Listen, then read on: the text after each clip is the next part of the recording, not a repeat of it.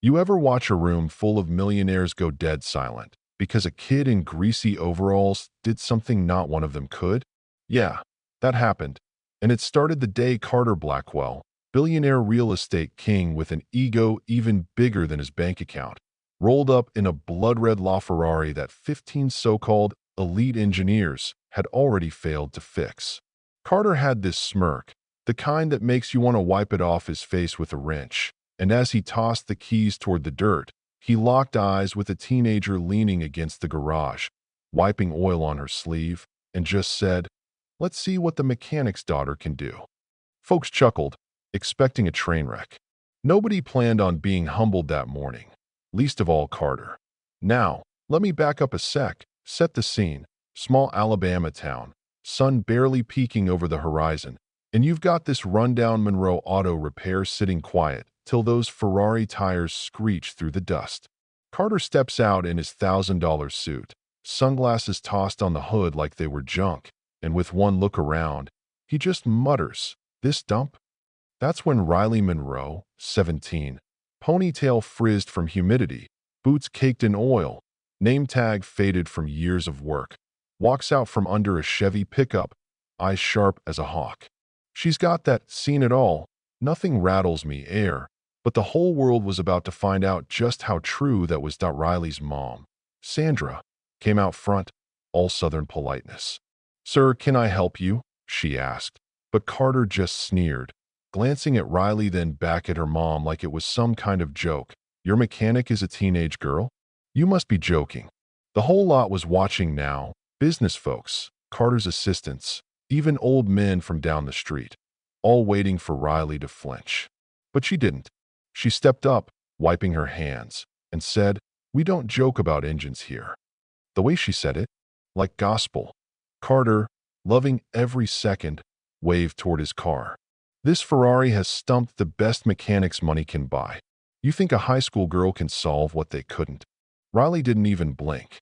"I don't think I know," she said, and you could hear a pin drop. So Carter, leaning in, made his offer. If she fixes it, he'll pay whatever price she wants. If she fails, she's got to admit, in front of everyone, that she's just playing pretend. Her mom squeezed her arm, whispering she didn't have to prove anything. But Riley just pulled away, eyes fixed on the car. "It's not about proving, Mama. It's about listening to what no one else hears." That's when it got cinematic. Riley walks past Carter and the gathering crowd, puts her palm flat on the hood, closes her eyes, and listens. Not to the sputter, not to the heat, but to the heartbeat beneath all that steel. Some folks scoffed, others started recording. Carter had his phone out, probably waiting to catch her fail for TikTok fame. But Riley? She didn't try. She acted. With the sun crawling higher, something in that engine shifted. Maybe it was just hope, or maybe it was fate. Stillness settled. She grabbed a battered old stool, popped the hood with one hand, and exposed the beast's insides. Wires, pipes, all twisted like a puzzle box only a mad genius could design. She picked out her dad's toolbox, tools old as memory but clean and precise, and started working. No hesitation, no asking for help, just a symphony of clicks and clanks. "You haven't even run diagnostics," Carter's assistant sneered. Riley didn't look up, just murmured, "I did," the second it pulled in. And for the first time, Carter's cocky face cracked. Riley's fingers danced. She felt where the pistons skipped a beat, heard the airflow stumble, replaced a faulty ignition coil, and, in a move that made Carter's jaw twitch, she pulled out her late father's ancient diagnostic scanner and reprogrammed a sensor by hand. Then, without flourish, she handed Carter the keys. He laughed. "You think that mess will do anything?" "Start it," Riley said, voice steady as stone. Carter slid behind the wheel, eyes rolling. He turned the key, and the engine roared, not with the cough of a dying beast, but the pure, balanced purr of something reborn. The whole crowd gasped. Even Carter froze, dashboard glowing, the numbers flawless. Riley just stood there, oil on her hands, fire in her eyes, didn't need to smile, didn't need applause. Her work sang louder than any cheer. Now, here's where the twist drops. What Riley didn't know was her life was about to flip upside down. Because across the street, someone was watching. A black limousine, tinted windows reflecting the morning sky, slid to a stop. Out stepped Madison Ford, CEO of Ford Automotive Innovation Group, flanked by two silent assistants. Nobody expected her in Monroe, Alabama, not on a random Tuesday. Madison, all crisp white suit and steel glare, walked straight up to Riley. "You must be Riley Monroe." Riley wiped her hand on her jumpsuit and shook, grease and all. Madison smiled, and her assistant handed Riley an envelope. Inside, a scholarship, mentorship under Madison herself, access to labs, patents, resources, a whole new life in a single sheet of paper. "Why me?"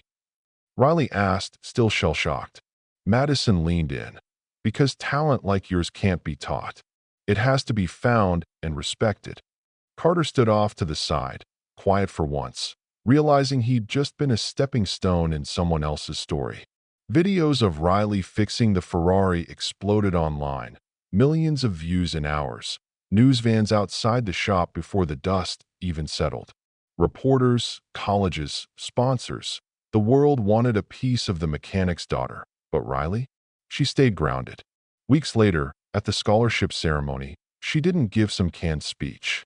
She told a story. "My dad once said, 'The world will try to use your gift or bury it.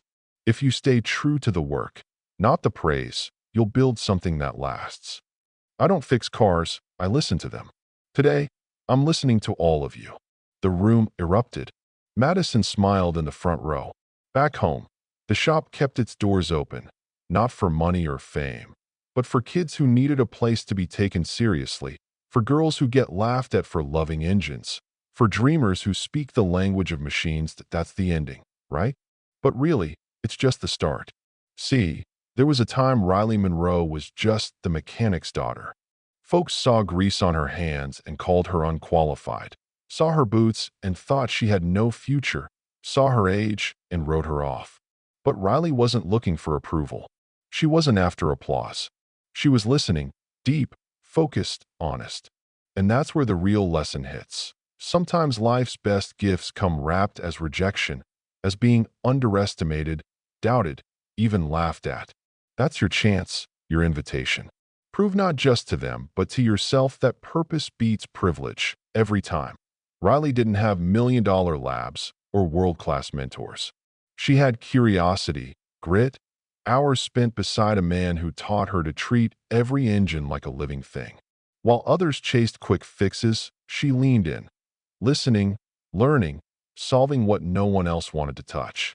When Carter mocked her, she didn't argue. She showed up, let her work speak. And in fixing what the experts had failed, she rewired what people believed was possible. So don't wait for permission.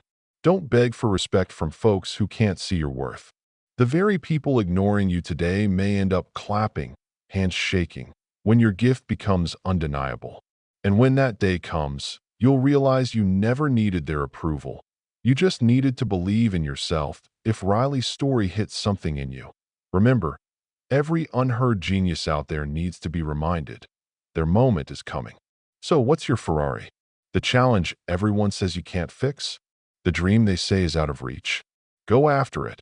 Even if your tools are old, your hands are dirty, the crowd's laughing. Because when you finally solve it, when your gift speaks for itself, the world won't be able to ignore you. And that's when you start rewriting every label with your own hands. Now, I want to hear from you. What do you think is harder, proving yourself to others or to yourself? Where's the real line between being underestimated and being discovered? Drop your thoughts in the comments. Share your story. Let's keep this conversation going, because greatness can come from anywhere, and your moment is still waiting to be built.